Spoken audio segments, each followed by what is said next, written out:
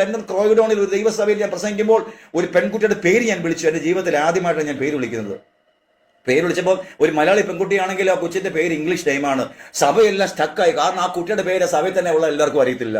Mains associate പാസ്റ്റേഴ്സിന് മാത്രമേ ആ കുട്ടിയുടെ പേരും അറിയത്തുള്ളൂ. വേറെ ആർക്കും ആ പെൺകുട്ടിയുടെ പേര് അറിയത്തില്ല. സ്തോത്രം, ഹല്ലേലൂയ. സഭയെല്ലാം നിശ്ചലമായി. എന്തൊരു ദൂതാടെന്നാ പറയുന്നത്. പക്ഷെ അന്ന് എനിക്കറിയില്ല, ഞാൻ വഞ്ചകനും ചതീനമായ ദുഷ്ടന്റെ ആത്മാവിലാണ് ഞാൻ ശുശ്രൂഷിക്കുന്നതെന്ന് ഞാൻ അറിയുന്നില്ല. ഞാൻ വചനമാണ് സംസാരിക്കുന്നത്. ഒരു ഉപദേശിയുടെ മകനായിട്ട് ഞാൻ പ്രസംഗിക്കുകയാണ്. വചനം പറയുന്നു, അനുഭവം പറയുന്നു. ആർക്കും വിവേചിക്കാൻ കഴിയുന്നില്ലല്ലോ. ഞാൻ 10 വർഷം ഈ ശുശ്രൂഷ ലോകത്തിന് വിവിധ രാജ്യങ്ങൾ ചെയ്തിട്ട് കേരളത്തിലുള്ള പ്രസിദ്ധമായ എല്ലാ ദൈവസഭകളിലും ഞാൻ പോയി പ്രസംഗിച്ചിട്ട് എന്നിൽ വസിക്കുന്ന ആത്മാവ് വഞ്ചനയുടെ ആത്മാവാണെന്നും ആരും എന്നെ വിവേചിച്ചില്ലല്ലോ പ്രിയമുള്ളവരെ. ശുശ്രൂഷയ്ക്ക് ഒരു കോട്ടവും ഇല്ല. ഏത് ശുശ്രൂഷ ചെയ്യാം, ഏത് പള്ളിയിൽ പോയി പ്രസംഗിക്കാം, ആരും നമ്മളെ വിവേചിക്കില്ല. എന്തൊരു കഷ്ടമാണ് പ്രിയമുള്ളവരെ. ഈ ദുഷ്ട ആത്മാവിൽ ഞാൻ ഇത്രയും വർഷം പ്രസംഗിച്ച് നടന്നിട്ട് ഈ ലോകത്തിൽ ഒരു മനുഷ്യൻ എന്നെ പിടിച്ചില്ലല്ലോ, ആരും എന്നെ തിരിച്ചറിഞ്ഞില്ലല്ലോ. എന്തൊരു കഷ്ടമാണിത്. സത്യത്തിന്റെ ആത്മാവ് അപ്പൊ എത്ര പേരുടെ മേലുണ്ട്? കേരളത്തിൽ എന്തുമാത്രം സഭകളിൽ എവിടെയെല്ലാം ഞാൻ പോയി, ബാംഗ്ലൂർ എവിടെയൊക്കെ സംസ്ഥാനമുണ്ട് അവിടെയെല്ലാം ഞാൻ പ്രസംഗിച്ചതല്ലേ. എത്ര സഭകളിൽ ആയിരക്കണക്കിന് 10,000-കണക്കിന് അംഗബലമുള്ള വലിയ സഭകൾ പോയി പ്രസംഗിച്ചിട്ട് അവരെല്ലാവരും എന്റെ പ്രസംഗം കേട്ട് വാചാലരായി ഇങ്ങനെ ഇളകി കുറെ പൈസ തന്നതല്ലാതെ ഇവന്റെ മേൽ വ്യാപരിക്കുന്നത് പോസ്റ്റിന്റെ ആത്മാവാണെന്ന് ആരും എന്നെ വിഭജിച്ചില്ല. എനിക്ക് അതാണ് ഏറ്റവും വലിയ സങ്കടം. എന്നെ ആരും വിഭജിച്ചില്ല. ഏത് രാജ്യത്ത് സുവിശേഷം, ഏത് രാജ്യത്ത് പ്രസംഗിക്കാൻ പോയാലും പണം ഉണ്ടാക്കുക എന്നുള്ള ചിന്ത ഒരു കാലത്ത് എനിക്കുണ്ടായിരുന്നു പ്രിയമുള്ളവരെ. അതെന്റെ സ്വഭാവമായിരുന്നു. എനിക്ക് ഭയങ്കര പണത്തിന്റെ കുതിയനായിരുന്നു ഞാൻ. എത്ര കിട്ടിയാലും തികയില്ല. അങ്ങനെ ഒരു അവസ്ഥയായിരുന്നു. ലക്ഷക്കണക്കിന് മാസ വരുമാനം ഉണ്ടായിരുന്ന ഒരു ഉപദേശിയായിരുന്നു ഞാൻ. അതൊന്നും എനിക്ക് തികത്തില്ല. ഓരോ രാജ്യത്തിൽ പോകുമ്പോൾ പുതിയ സ്പോൺസേഴ്സിനെ കണ്ടെത്തുക എന്നുള്ളതാണ് എൻ്റെ ലക്ഷ്യം. ആ ഒരു മോഹം, ദ്രവ്യാഗ്രഹം സകല ദോഷത്തിന് കാരണമാണ്. ഈ സാധനം വന്ന് കയറിയാൽ പ്രശ്നം അതാണ്. അങ്ങനെ ആ ഒരു ദ്രവ്യാഗ്രഹം കാരണം ജഡിക സ്വഭാവ നിമിത്തം 9 വർഷം വേണ്ടി വന്നു ശുശ്രൂഷകനായി എനിക്ക് എൻ്റെ ഉള്ളിൽ ഒരു വചനം വെളിപ്പെട്ട് കിട്ടുവാൻ. തലച്ചോറിനകത്ത് 100 കണക്കിന് വചനമുണ്ട്. പവിക്കുളയിൽ പഠിച്ച വചനങ്ങൾ, വീട്ടിൽ ധ്യാനിച്ച് പഠിച്ച് കാണാതെ പഠിച്ച വചനങ്ങൾ, അനേക പ്രസംഗം കേട്ട വചനം. എൻ്റെ പിതാവ് ഒരു ഉപദേശിയായിരുന്നു, അദ്ദേഹത്തിന്റെ പ്രസംഗം കേട്ട വചനങ്ങൾ, ഇതെല്ലാം തലച്ചോറിനകത്ത് കിടക്കുകയല്ലേ. എല്ലാ ടൈപ്പ് ശുശ്രൂഷയും കൊച്ചിലെ മുതൽ കാണുകയാണ്. അപ്പോൾ ജ്ഞാനത്തിൽ ഇതെല്ലാം ചെയ്യാൻ കഴിയും. പരിജ്ഞാനത്തോടു കൂടെ എല്ലാം ചെയ്യാൻ കഴിയും. എല്ലാ കാര്യങ്ങളും ചെയ്യാൻ എല്ലാ ദൈവദാസന്മാർക്ക് കൃപയാൽ എല്ലാവർക്കും അറിയാം. പക്ഷേ ഒരു വചനം പോലും ആത്മാവിൽ ഉള്ളിൽ എഴുതപ്പെട്ടിട്ടില്ല. അതെനിക്ക് അറിയുമില്ല. എൻ്റെ തലച്ചോറിനകത്ത് നിന്ന് ഞാൻ പറഞ്ഞ വചനങ്ങൾ എൻ്റെ ഉള്ളിൽ നിന്നാണ് ഞാൻ പറയുന്നത് എന്ന വ്യാജനയാണ് ഞാൻ പ്രസംഗിച്ചുകൊണ്ടിരുന്നത്. പക്ഷെ എനിക്ക് തിരിച്ചറിയാൻ കഴിഞ്ഞില്ല. എൻ്റെ തലച്ചോറിനകത്ത് ഞാൻ സംഭരിച്ച് വെച്ചിരുന്ന വചനങ്ങൾ ഞാൻ പ്രസംഗിക്കുമ്പോൾ പറയും, ദൈവമക്കളെ ഇതെൻ്റെ ഉള്ളിൽ നിന്നാണ് വരുന്നത്. ഞാൻ അങ്ങനെ വിചാരിച്ചിരുന്നത്. തലച്ചോറിലെയും ഉള്ളിലെയും അനുഭവത്തിന്റെ വ്യത്യാസം എനിക്ക് അറിയത്തില്ലായിരുന്നു. ഒരുത്തന്റെ തലച്ചോറിനകത്ത് നിന്ന് പ്രസംഗിക്കുമ്പോഴും ഒരുത്തന്റെ ഉള്ളിൽ നിന്ന് പ്രസംഗിക്കുമ്പോഴുള്ള ജീവിതാനുഭവം എന്തെന്ന് എനിക്ക് അറിയില്ലായിരുന്നു. ആ റിയൽ അനുഭവം എൻ്റെ ഉള്ളിൽ വരേണ്ടതിന് നീതിമാനായ ദൈവം എനിക്ക് 68 ലക്ഷം രൂപ കടം വരുത്തി. സ്തോത്രം. വരുത്തി എൻ്റെ മുമ്പും പിമ്പും ഇടവും വലവും എല്ലാം അടച്ചിട്ട് എന്നെ ദൈവ കർത്താവ് മര്യാദ പഠിപ്പിക്കാനായിട്ട് തുടങ്ങി. ഹല്ലേലൂയ. നീതിമാന ദൈവം വാഴ്ത്തപ്പെടുമാറാകട്ടെ. അങ്ങനെ ഞാൻ അടങ്ങി ഒതുങ്ങി എൻ്റെ ദ്രവ്യാഗ്രഹം എല്ലാം വിട്ട് കളഞ്ഞിട്ട് എൻ്റെ കർത്താവിൻ്റെ സന്നിധിയിലേക്ക് ഞാൻ നെടുമ്പാടെ വീണു. എൻ്റെ ശുശ്രൂഷയുടെ 10ാം വർഷത്തിൽ കർത്താവ് എനിക്ക് എന്താണ് പറ്റിയത്? ഹല്ലേലൂയ. 2017 ആ സംഭവം. 2017 കർത്താവ് എനിക്ക് എന്താണ് പറ്റിയത്? ഇത്രയും 100 കണക്കിന് ദൈവാസന്മാരെ മാസം തോറും ഞാൻ സഹായിക്കുന്ന ആളാണ്. എത്രയോ ദൈവാസന്മാർക്ക് ഈ ജില്ലയിൽ ഞാൻ വാഹനങ്ങളൊക്കെ വാങ്ങിച്ചു കൊടുത്തിട്ടുണ്ട്. എത്രയോ സാധുക്കളുടെ കല്യാണമൊക്കെ സൗജന്യമായി നടത്തി കൊടുത്തിട്ടുണ്ട്. എത്രയോ തയ്യൽ മിഷനുകൾക്ക് വിതരണം, ഈ ചാരിറ്റി വർക്കുകൾ. ഞങ്ങളുടെ ഗ്രാമപഞ്ചായത്തിൽ ഏകദേശം 33,000 പരം പേരുണ്ട്. അവരിൽ രാജൻ വിക്ടർ എന്ന് പറഞ്ഞാൽ എല്ലാവർക്കും എന്നെ അറിയാം. ഈ ഗ്രാമപഞ്ചായത്തിലുള്ള എല്ലാവർക്കും അറിയാം. ഇവിടുത്തെ പോലീസുകാർക്ക്, ഇവിടുത്തെ ഡിപ്പാർട്ട്മെന്റ് എല്ലാവർക്കും അറിയാം. കാരണം ഞാൻ ചാരിറ്റി ചെയ്യുന്ന ആളാണ്. ആയിരുന്നു, ഇപ്പോഴല്ല. 17 വരെ അങ്ങനെ ആയിരുന്നു. സ്തോത്രം. ഹല്ലേലൂയ. അതുകൊണ്ട് രാഷ്ട്രീയക്കാർക്കും എല്ലാവർക്കും എന്നെ അറിയാം. തോമസ് ഐസക് പോലുള്ള പഴയ മിനിസ്റ്ററൊക്കെ ഇവിടെ വന്ന് എൻ്റെ റൂമിൽ വന്ന് ഇരുന്നിട്ടുണ്ട്. രാഷ്ട്രീയക്കാരെ എല്ലാവരും എൻ്റെ സ്നേഹിതന്മാരായിരുന്നു ഒരിക്കൽ. കാരണം പാർട്ടിക്കാർക്കൊക്കെ ഇഷ്ടം പോലെ പൈസ കൊടുക്കുമായിരുന്നു. ഹല്ലേലൂയ. എൻ്റെ നാട്ടുകാരെല്ലാം കൂടെ ഒരു ദിവസം വന്ന് ഇവിടുത്തെ ക്ഷേത്രപ്പണിക്ക് വേണ്ടി പൈസ ഇല്ലാതെ വന്നപ്പോഴത്തേക്കും മഴക്കാലമായി പാസ്റ്ററെ ഞങ്ങളുടെ കാളി ക്ഷേത്രം പൂർത്തീകരിക്കാൻ വഴിയാത്ത അവസ്ഥയിലായിരിക്കുന്നു. മഴക്കാലം വരുന്നു, ഞങ്ങൾക്ക് നിവൃത്തിയില്ല, കുറെ സിമെന്റ് എടുത്ത് തരണമെന്ന് പറഞ്ഞു.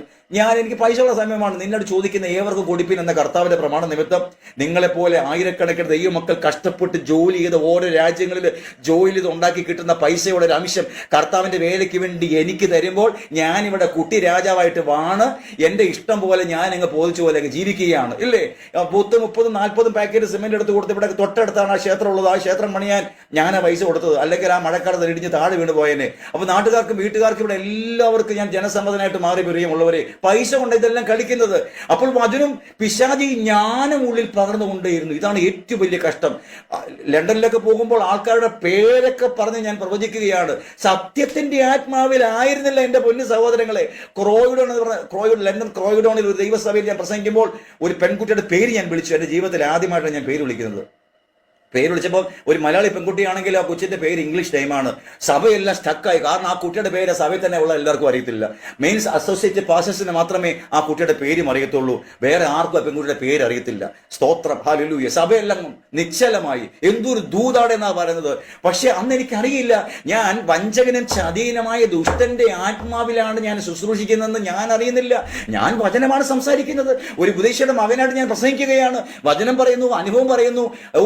ആർക്കും വിവേചിക്കാൻ കഴിയുന്നില്ലല്ലോ. ഞാൻ 10 വർഷം ഈ ശുശ്രൂഷ ലോകത്തിന് വിവിധ രാജ്യങ്ങൾ ചെയ്തിട്ട് കേരളത്തിലുള്ള പ്രസിദ്ധമായ എല്ലാ ദൈവസഭകളിലും ഞാൻ പോയി പ്രസംഗിച്ചിട്ട് എന്നിൽ വസിക്കുന്ന ആത്മാവ് വഞ്ചനയുടെ ആത്മാവാണെന്നും ആരും എന്നെ വിവേചിച്ചില്ലല്ലോ പ്രിയമുള്ളവരെ. ഇതാണ് സാത്താൻ താനും വെളിച്ചദൂതന്റെ വേഷം ധരിക്കുന്നു പറയുന്നത്. അവന്റെ ശുശ്രൂഷകന്മാർ നീതിയുടെ ശുശ്രൂഷകന്മാരുടെ വേഷം ധരിക്കും. അതുകൊണ്ട് ഒരു ദൈവദാസന്റെ ശുശ്രൂഷ കണ്ടിട്ട് അവരുടെ ജീവിതം അളക്കരുത്, മനസ്സിലാക്കരുത്. ഫലത്താലാണ് വൃക്ഷത്തെ തിരിച്ചറിയേണ്ടത്. ഒന്നുമല്ലെങ്കിലും ആ ദേവദാസന്റെ സ്വന്തം ഭാര്യയോട് പോയി ചോദിക്കണം, സഹോദരി നിങ്ങളുടെ ഭർത്താവ് എങ്ങനെയുണ്ട്? ആ സ്വന്തം ഭാര്യ നല്ല 100% സാക്ഷ്യം പറഞ്ഞില്ല എങ്കിൽ ആ ദേവദാസന്റെ ശുശ്രൂഷ നാം സംശയിക്കേണ്ടിയിരിക്കുന്നു. അത്ര തന്നെ. ഹല്ലേലൂയ. ഏതൊരു ശുശ്രൂഷകനാണെങ്കിലും അദ്ദേഹത്തിന്റെ സ്വന്തം ഭാര്യ ആ ദേവദാസനെ കുറിച്ച് പറയുന്ന സാക്ഷ്യമാണ് ഈ ഭൂമിയിലെ സാക്ഷ്യത്തിൽ ഏറ്റവും ഉന്നതപ്പെട്ട സാക്ഷ്യം. പ്രിയമുള്ള സഹോദരങ്ങളെ, ഇന്ന് രാത്രിയിൽ വളരെ ഗൗരവത്തോടു കൂടിയാണ് ഞാൻ സാക്ഷ്യം പറയുന്നത്. കർത്താവിന്റെ പുണ്യനാമം വാഴ്ത്തപ്പെടുമാറാകട്ടെ. വിവിധ രാജ്യങ്ങളിൽ പോയി എന്തുമാത്രം ശുശ്രൂഷകൾ ചെയ്തു. ഞാൻ ഓർക്കുന്ന എല്ലാവരും പറഞ്ഞ സത്യത്തിന്റെ ആത്മാവാണ്. ഇവിടെ കൗൺസിലിംഗ് വരുന്ന ഫാമിലീസിലൊക്കെ ഞാൻ പ്രിയമുള്ളവരെ 15-20 മിനിറ്റ് കഴിയുമ്പോഴത്തേക്ക് സഹോദരി നിങ്ങളുടെ ബാഗിൽ രണ്ടാമത്തെ അറിയിരിക്കുന്ന ആ കുപ്പി എടുക്കാൻ പറയും. വിഷക്കുപ്പിയുമായിട്ട് വന്ന കുടുംബങ്ങൾ ഇവിടെ ഉണ്ട്. വടക്കുന്നൊക്കെ കൗൺസിൽ പ്രാർത്ഥിക്കാൻ വേണ്ടി വരുന്നതാണ്. എൻ്റെ പേരെ കുറിച്ച് കേട്ടിട്ട്, പ്രവാചകനെന്ന് കേട്ടിട്ട് വടക്കുനിന്നൊക്കെ ഒരുപാട് പേര് കോട്ടയം അവിടെ നിന്നൊക്കെ ആൾക്കാരോട് വരാറുണ്ടായിരുന്ന പണ്ട്. സ്തോത്രം. വിഷക്കുപ്പി വരെ ഞാൻ ബാഗിൽ നിന്ന് എടുത്ത് കാണിച്ചിട്ടുണ്ട്. അവരോർക്കുന്ന സത്യത്തിന്റെ ആത്മാവെന്ന് അവർ ഓർക്കുന്നത്. പക്ഷെ ഇന്ന് എനിക്കറിയാം അത് വഞ്ചനയുടെ ആത്മാവായിരുന്നു. ആ കാലഘട്ടത്തിൽ 2017 ഇപ്പുറം വാഴ്ത്തപ്പെട്ട മുമ്പ് കർത്താവ് വന്നിരുന്നെങ്കിൽ ഞാൻ പോകുകയില്ലായിരുന്നു പ്രിയമുള്ളവരെ. ഞാൻ നിത്യലജ്ജയ്ക്കായി മാത്രമേ ഉണരുകയുമായിരുന്നുള്ളൂ. എൻ്റെ കർത്താവിന്റെ കരുണയാൽ 2017 വരെ കർത്താവ് വന്നില്ല. അത് ഞാൻ വളരെ നന്ദിയോടുകൂടെ കർത്താവിന് ഒരിക്കൽ കൂടെ നന്ദി അർപ്പിക്കുകയാണ്. കർത്താവിന്റെ പുണ്യനാമം വാഴ്ത്തപ്പെടുമാറാകട്ടെ. സത്യത്തിന്റെ ആത്മാവ് എൻ്റെ മേൽ വന്നു കഴിഞ്ഞപ്പോൾ എന്നിലുണ്ടായിരുന്ന ദിവ്യാഗ്രഹങ്ങൾ എന്നെ വിട്ടുപോയി. എനിക്ക് പോകാൻ, ഞാൻ പിന്നെ അമേരിക്ക കാല് കുത്തിയിട്ടില്ല. എനിക്ക് വിസയൊക്കെ ഉള്ളതാണ്. സ്തോത്രം, ഹല്ലേലൂയ. സ്നേഹിതന്മാരെല്ലാം വിളിക്കാറുണ്ട്. ഞാൻ പറഞ്ഞാൽ വരില്ല. കർത്താവ് എന്നോട് പറയാതെ ഞാൻ ഇന്ത്യ വിടില്ല. സ്തോത്രം. കർത്താവിന്റെ പറയേ, നീ അമേരിക്കക്ക് പോകൂ, ഇന്ന സന്ദേശം നിനക്കുണ്ട്, അല്ലെങ്കിൽ ഗൾഫിലേക്ക് പോകൂ, ഇന്ന സന്ദേശം നിനക്ക് തരാം, അല്ലെങ്കിൽ നീ പോയി അറിയിക്കൂ. കർത്താവ് പറയാതെ ഞാൻ ഇന്ത്യ വിടത്തില്ല. കർത്താവിന്റെ പുണ്യനാമം വാഴ്ത്തപ്പെടുമാറാകട്ടെ. ഹല്ലേലൂയ. പിന്നെ UK ഒരു 7 ദിവസത്തെ മീറ്റിങ്ങിന് കർത്താവിനെ അറിയിച്ചു. അതിനനുസരിച്ച് അവരുടെ ഫാസ്റ്റിംഗ് പറയുന്നത് അവരെന്നെ വിളിച്ചു. ഞാൻ പോയി ഉടനെ തിരിച്ചു വരികയും ചെയ്തു. പക്ഷേ ആ വചനം എല്ലാവരും അംഗീകരിച്ചോ എന്ന് എനിക്കറിയുമില്ല. സ്തോത്രം. കാരണം അത് കട്ടിയുള്ള ആഹാരമായിരുന്നു. കാരണം അത് ലോക സ്നേഹിതർക്ക് പറ്റുന്ന വചനമൊന്നും അല്ല ഈ വചനങ്ങൾ. ലോകം നമ്മുടെ ഉള്ളിലുണ്ടെങ്കിൽ ഇതുപോലെ കാഠിന്യമുള്ള ഒരു പ്രമാണം ഈ പ്രപഞ്ചത്തിലില്ല. പ്രിയമുള്ളവരെ, യോഹന്നാൻ പറയുന്നു കർത്താവിന്റെ കൽപ്പനകൾ ഭാരമുള്ളവയല്ല. പക്ഷേ യേശു പറഞ്ഞ പല വചനങ്ങളും പലർക്കും ഭാരമാണ്. കാരണം എന്താണ്? ലോകം നമ്മുടെ ഉള്ളിലായി പോയാൽ, ലോകം നമ്മുടെ ഉള്ളിലുണ്ടെങ്കിൽ ഇതുപോലെ പ്രയാസമുള്ള ഒരു പ്രമാണം ഈ പ്രപഞ്ചത്തിലില്ല. ജീവിതം. ഞാൻ നൂറുകണക്കിന് വേദിയിൽ പ്രസംഗിച്ചിട്ടും എനിക്ക് വെളിപ്പെടാത്ത സത്യത്തിന്റെ വചനം എന്റെ ജീവിതത്തിൽ വെളിപ്പെടുത്താൻ തുടങ്ങിയപ്പോൾ എന്റെ സ്വഭാവത്തിന് മാറ്റമുണ്ടായി. ഹല്ലേലൂയ. നീതിമാനായ ദൈവത്തിന്റെ സ്നേഹം എന്നിലേക്ക് കടന്നു വന്നു. എന്റെ ഭാര്യയ്ക്ക് നേരത്തെ വെളിപ്പാട് കിട്ടിയതാണ്. അവള് നേരത്തെ ബാങ്കിൽ ജോലിയായിരുന്നു. കല്യാണം കഴിക്കുമ്പോൾ റിസൈൻ ചെയ്ത് കർത്താവിന്റെ വേലയ്ക്ക് വേണ്ടിയിട്ട് കിട്ടിയ ഒരു സഹോദരിയാണ് കർത്താവ് എനിക്ക് നൽകിയത്. പക്ഷെ എന്റെ ദ്രവ്യാഗ്രഹം അവളെ വല്ലാതെ വേദനിപ്പിക്കുകയും പ്രയാസപ്പെടുകയും രാത്രി യാമങ്ങളിൽ അവർ കരയും പ്രാർത്ഥിക്കുകയും ചെയ്യുമായിരുന്നു. കർത്താവെ, എന്റെ ഭർത്താവിന് കണ്ണൊന്ന് തുറന്നു കൊടുക്കണമേ, യാഥാർത്ഥ്യമായ ക്രിസ്തീയ ജീവിതം എന്തെന്ന് ഒന്ന് വെളിപ്പെടുത്തി കൊടുക്കണമേ. അദ്ദേഹം ജ്ഞാനത്തിന്റെ വശ്യതയിൽ ബന്ധിക്കപ്പെട്ട് കിടക്കുകയാണല്ലോ. സത്യവചനം വാഴ്ത്തപ്പെട്ട കർത്താവിന്റെ നിർമ്മലമായ ദൈവരാജ്യത്തിന്റെ പ്രിൻസിപ്പിൾ പാലിക്കുവാനും പ്രമാണിപ്പാനും എന്റെ ഭർത്താവിന്റെ കണ്ണ് തുറക്കണമെന്ന് രാത്രിയാമങ്ങളിൽ എന്റെ ഭാര്യയെ ഞാൻ ഉറങ്ങിക്കിടക്കുമ്പോൾ അവൾ പ്രാർത്ഥിക്കുമായിരുന്നു. ഞാൻ ഉണർന്നാൽ അവളെ അടിക്കും. കാരണം ഉറങ്ങേണ്ട സമയത്ത് ഉറങ്ങണം, പ്രാർത്ഥിക്കേണ്ട സമയത്ത് പ്രാർത്ഥിക്കണം. കാരണം ഇന്ന് ജഡമല്ലേ വസിക്കുന്നത്. ഹല്ലേലൂയ. ശുശ്രൂഷയ്ക്ക് ഒരു കോട്ടവും ഇല്ല. സത്യത്തിന്റെ വെളിപ്പാടിനെ മറച്ചു കളഞ്ഞ ദീർഘവർഷങ്ങൾ എനിക്ക് പാഴായി പോകുവാനിടയായി.